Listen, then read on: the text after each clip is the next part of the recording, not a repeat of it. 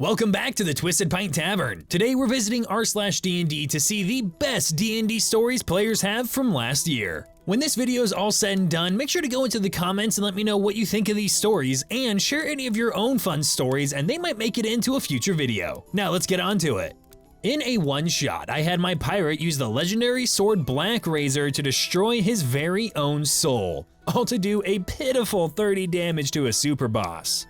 My character, fearsome pirate Black Shell, made a deal with Tiamat thousands of years ago. In exchange for the lifespan of a dragon turtle, she'd put me piratey soul into me ship, making it one of them sentient ships you see. At the end of me lifespan, the ship would sail down to Avernus, delivering me pirate soul and all me booty to her horde. Anyway, so another evil undead hell dragon in hell stole the ship and was using its core to power its undead evil hell dragon hell powers. We were TPKing pretty bad. So instead of losing and having the ship go to Tiamat, Black Shell looked down at Black Razor and towards the ship's core and plunged it in, devouring his own soul with the sword.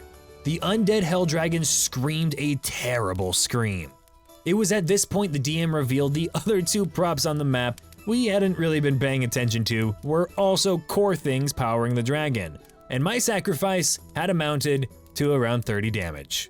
Black Shell had 3 attacks and the observant feat, but he'd chosen to kill himself instead of destroying all 3 horde items at once. Rest in peace, Black Shell, you fucking idiot. Let's all take a moment of silence for the pirate Black Shell, who tried to die a hero. As part of a long-running campaign, we did a series of side stories where each character went off to do a side quest while everyone else played a series of temporary characters. Every single one involved a scene where the main party member vented their frustration with the other main party members. While the rest of us gleefully joined in, they seem awful. Gods, that must be so annoying. This actually seems like a fun way to just take the foot off the gas and have a simple little break, and at the same time do a little bit more, I guess, character building while the characters aren't there, but it's still valid. I TPK'd the party in the last fight of Spelljammer Academy as a party member. Beware potential spoilers for Spelljammer. A few of us had gone down already. The bad guys were kind of on the back foot, but we'd already lost our rogue, paladin, and barbarian. Just a cleric, druid, and myself as a warlock left with no heals between us. We weren't about to just let them escape, but we weren't exactly a force to be reckoned with. Some goons had been chucking grenades at us just beforehand, so I asked the DM, are these things visible, strapped to their armor or something? Yeah, sure, you can see them. Cool, I wanna try and pull the pin on one. So he thinks about it and rolls up how many random grenades these guys have. Gets 8 total. Decides detonating 1 would cause a chain reaction and I end up dealing 198 damage to everyone within a 60-foot radius. Blow out the wall of the building and topple the entire academy. We play in a game shop and the whole place was in uproar. No one had seen a player initiated wait, so you're the player and you TPK'd your party. The DM had never run a campaign before, never intended to kill us all, and was just sitting there with his head in his hands. Makes for a great story though. Yeah, usually TPKs are caused by monsters, not you.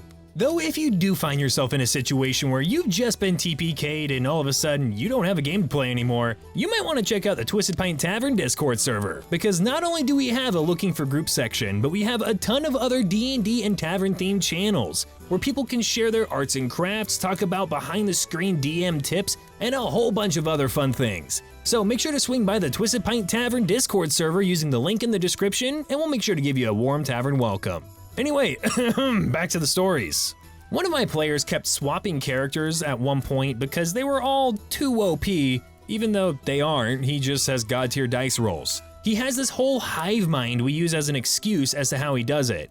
Basically a load of people living in a pocket dimension he can bring in and out. He brings back an old character, level 4 ranger rogue, and almost one-shots last season's boss with sneak attack, plus crit, plus a homebrew bow that lets him choose the damage type, plus enemy weak to said damage type, plus max roll on damage because at this point I'm convinced he's the main character of humanity. The rest of the party was level 7. He forgot to level himself up when he swapped in the ranger. We only realized he was underleveled after the fight.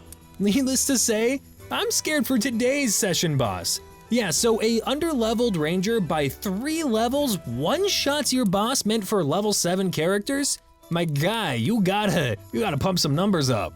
We started Curse of Strahd this year, and one of the PCs is a Dhampir who gets his powers from a parasitic plant in his body. It's the symbiote Dark Gift. He tries very hard to hide the fact that he's a Dhampir, covering his face with a bandana and making increasingly lame and implausible excuses for anything strange or suspicious about him. When his voice suddenly cracks or changes, which is the plant trying to speak through him, his usual excuse is that he has tonsillitis. And I'm just gonna throw a little Curse of Strahd spoiler warning in here right now.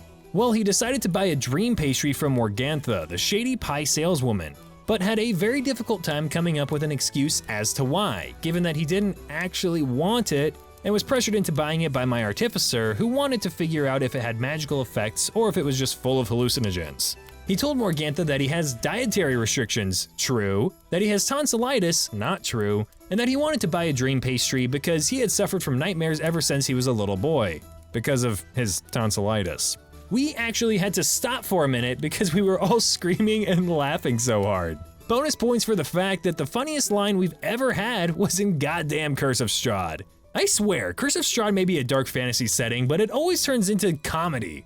So in the game my brother is running, we had an encounter with an Oni at one point. We weren't horribly underleveled for this fight, but it was definitely a tough one. However, our illusionist genie warlock Kyrian and myself, the assassin shadow sorcerer Zil, put a bit of a twist on the fight. Neither of us had the hit points at the time to survive in direct combat with the giant creature for long, so we instead opted to take a more supportive role and let our paladin Cloak duel the beast. How did we do that? Well, Kyrian and Zil have a sort of playbook, a shared book of special combos or sneaky tactics with trigger phrases, and one of them is the festivals in town. Normally, this is something Zil could say to Kyrian to subtly ask him to summon forth a grand display of magic, colorful lights, joyous music, and do everything he could to inspire a festive distraction so Zil could sneak away or do some assassinating. The DM had also told us that this Oni was incredibly vain, arrogant, and cocky. They love to be the best around, and they want others to know it. So Kyrian's player looks at me across the table and says, "The festival's in town! The festival's in town!" Then he tells the DM he uses some of his magic to light the area up as if it was an arena, encircling the Oni and Cloak. Now normally, this would mean death for Cloak, but I then use some of my spells to cause the sound of a thunderous cheering crowd to echo throughout the forest we were fighting in, and I started to commentate on the fight with a loud, booming voice. It all started just as slight taunting, mentioning a new challenger, Cloak the Paladin, challenging the might of the great Oni. At that, the Oni gladly directed his focus on Cloak. Then, as the fight was happening, every tiny thing the Oni did wrong was called out. Missed an attack? Man, this oaf can't hit anything. Cloak hits the Oni, another smashing hit from Cloak, proving himself better than the beast. We continued this until the Oni was raging, at which point we changed the crowd's cheering to booing at him, calling him a coward, weak, and pathetic for using his sheer size to be a threat against Cloak. The Oni in his rage started screaming he was better, that he was clearly the best fighter, and that he didn't need any advantages. He could beat Cloak without anything. And so, that's what he tried to do. The Oni shrunk down to Cloak's size, his weapon shrinking with him. He tried to fight valiantly, but scaled down so much he couldn't hit near as hard. As he started to lose the fight, the crowd cheered Cloak on more and booed the Oni enough to cause him to lose his mind. After a few more rounds, Cloak charged the beast, skewering him with the sword and then severing its head. And with that, the Oni was beat by peer pressure and an angry paladin. And that is where we're going to end today's video. Thank you all of you wonderful tavern patrons for coming in for some more tavern tales. If you would like to actually hop into a chat with other tavern goers like yourself, make sure to join the Twisted Pint Tavern Discord server. The server is growing quickly and is already filled with fun D&D arts and crafts, character building conversations, and the like, as well as a story submissions channel, which in the near future I will be making a video with stories entirely sourced from that Discord. So if you want a chance to be featured in that video, hop into the Twisted Pint Tavern Discord server, and I'll see